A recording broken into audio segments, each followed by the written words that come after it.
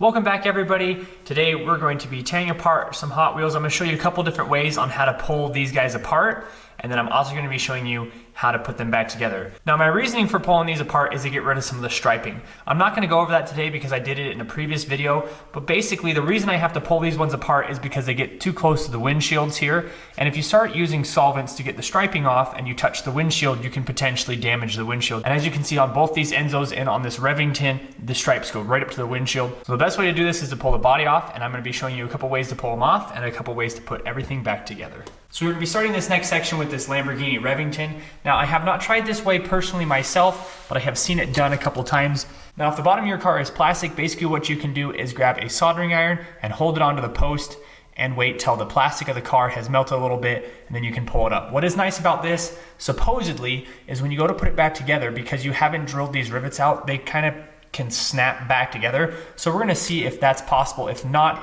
I will show a couple ways on how to put this back together.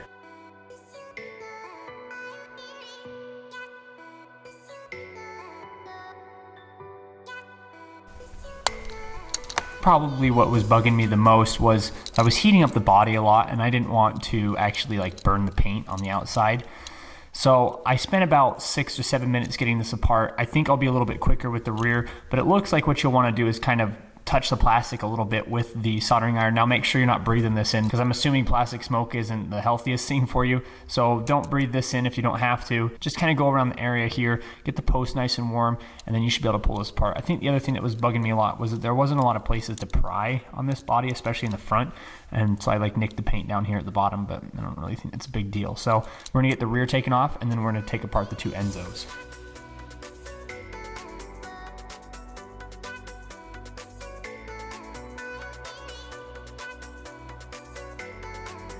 So I guess if you're going to try this method, probably one of the better ways is to see where there's the best place to pry and start on that end.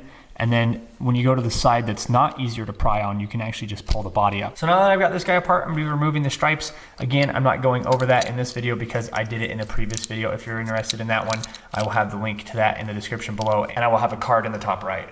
Now I only have two ways of pulling these apart: drilling them out and then heating them up and pulling it off. So for the third car, and from here on out, whichever style I like more is probably what I'll be continuing to use. I know one of the downsides to drilling these out is you do have to actually glue them back together, and supposedly with the one where you melt them out, they kind of almost pop back together, and so gluing it would be more like just like a safety to just make sure it stays together, versus this way you have to glue them back together.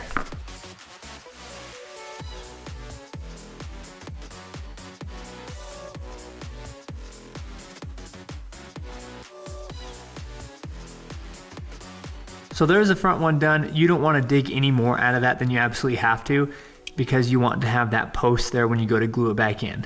So now we're going to be moving on to the rear one, and then this car's ready to come apart.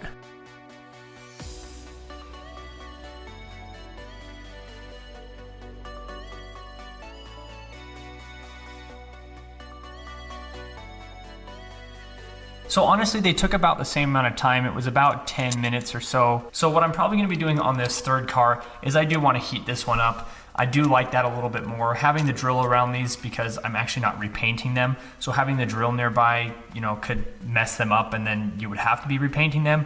Like I said, I'm just taking the stripes off, so I don't actually wanna damage the car in any way. So I'm gonna be heating up this last one to pull it apart.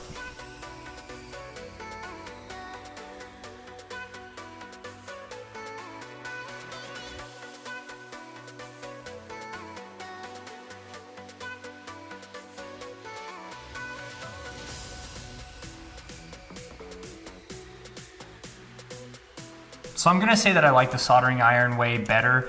If you're gonna do this yourself and you're worried about it, go spend a couple bucks on some cars and do both ways and see how you feel.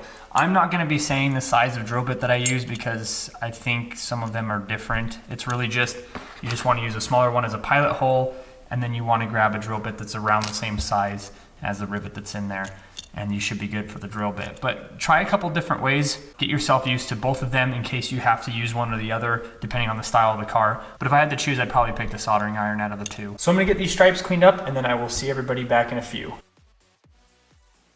So now that the striping has been removed from all the vehicles, I'm going to be starting my reassembly process. We're going to be starting with this red Enzo, one of the ones that we use the soldering iron to pull apart. Now there are three main ways to put a Hot Wheels back together. If you're really good, what you can do is actually drill this out, tap it, and then put a screw through it. So if you want to open this car up again, you'll just have a screw at the bottom, and you can just undo it and pull your car apart. Now I don't have any tools to do that, and after I put these back together, I have no reason to pull it back apart. So this one, we should be able to clip back together because we didn't actually drill the rivets out. So this will be a first time for me, so let's just see how this goes.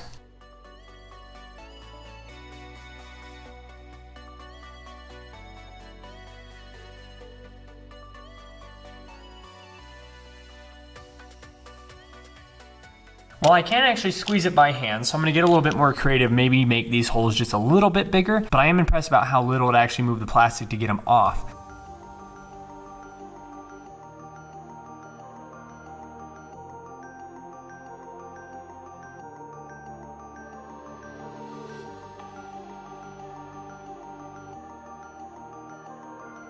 So in order to get it put back together, I use a soldering iron the same way I did when I took it off. I just kind of heated up the plastic, heated up the post, and was able to slide it back on. This actually feels super strong, and if you really wanted to, you could actually take the soldering iron and push the plastic back over the rivet so that you can make sure that it's not going to fall back apart. In this case right here, I actually don't think I'm going to use any glue or anything to hold it together. I'm going to play with it just a little bit to see if this is actually holding together like I'm thinking it is. But this is one way to get this back together. Again, this is only if you take it apart using the soldering iron. So I messed around with the car a little bit more and it looks like it's pretty secure. Again, if you want to kind of push the plastic up over the rivets, that would work too. But I'm just gonna leave this one like this. I think it turned out really good. So we're going to move on to the next style of how you can put these back together. So this one's the one that we drilled out. Now what you're gonna have to do is put a little bit of glue or epoxy down in there. Now you can use super glue, and I've used super glue before, but if you put too much of it in there, or depending on this type of super glue you have, it will actually turn the plastic around here white. And you don't want that on a car like this. If you've got part of this white, it'll just look kind of goofy. So we're actually going to be using epoxy to put this together, but this is basically the last way to put one of these cars back together is you use some sort of glue. Now real quick, the reason I'm not putting this Lamborghini back together is because of this reason right here, and I might do a video on this later, is the wheels aren't wide enough for the car. So if you look closely enough, they're in too far in the wheel arches. And even when you pull them out all the way, it's still not wide enough for the car. So what I'll be doing is basically extending the axle so that I can bump the wheels out to match the body of the car better. So we're gonna leave this one apart, and that's basically your 3 ways on how to put these back together. You've got this way right here with your soldering iron. You can screw them back together, or you can glue them back together. So I've never used this one before, but like I said, I used super glue one time and it turned it white, so I don't want to do that again. This one is for a lot of crafts and it looks like it's for most plastics, so I don't see why this would be a problem considering that this is almost holding together by itself, and you only really need to connect the plastic to the metal there, and this says it does metal and most plastics. So this should work plenty fine for our application. I will have the link to this in the description below. This is made by Loctite.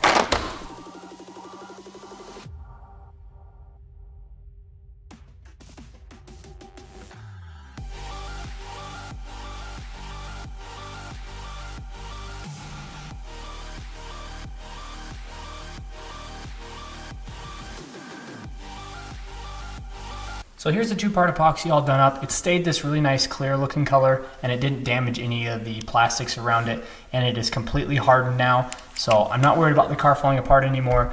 So this is definitely a good way to put your car back together when you're done taking it apart. So I appreciate everybody for watching. I think from now on I'm gonna be using the soldering iron technique. I haven't tried that until today, and I think that worked really well for me and my applications. So that's probably what I'm gonna be using from now on. If you decide to drill them out, tap them and put a screw in there so you can continue to take your Hot Wheels apart as you want, or you decide to glue it back together, none of these ways are wrong. None of them will probably change the cars in any way. I just liked using the soldering iron. It was pretty easy to do, and then I don't have the drill next to the car, which could potentially damage something. Like I said, I wasn't repainting these, so I didn't want to get anything damaged. So again, thanks for watching. If you enjoyed, hit that like button, subscribe to see more content, and we'll see everybody in the next video.